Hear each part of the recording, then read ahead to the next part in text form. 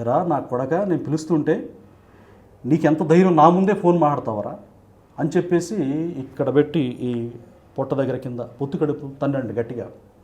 కింద పడ్డాడు. అంటే యంగ్స్టర్గా సార్ బలంగా ఫోర్స్గా తన్నాడు.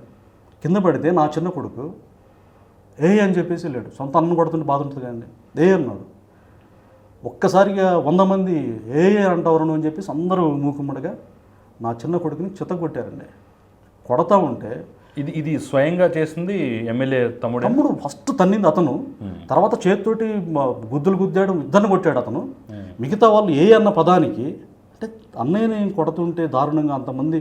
ఇప్పుడు వాళ్ళు అంటారు సార్ సింగిల్గానే నా చిన్న పసిపిల్లల మీద, అంటే నా దృష్టిలో వాళ్ళు పసిపిల్లలేనండి, వాళ్ళ మీద అంత చేసుకోవడానికి వాళ్ళకి ఎట్లా అంత కఠినత్వం, అంతమంది దొమ్మికి రావాల్సిన అవసరం ఉంది సార్.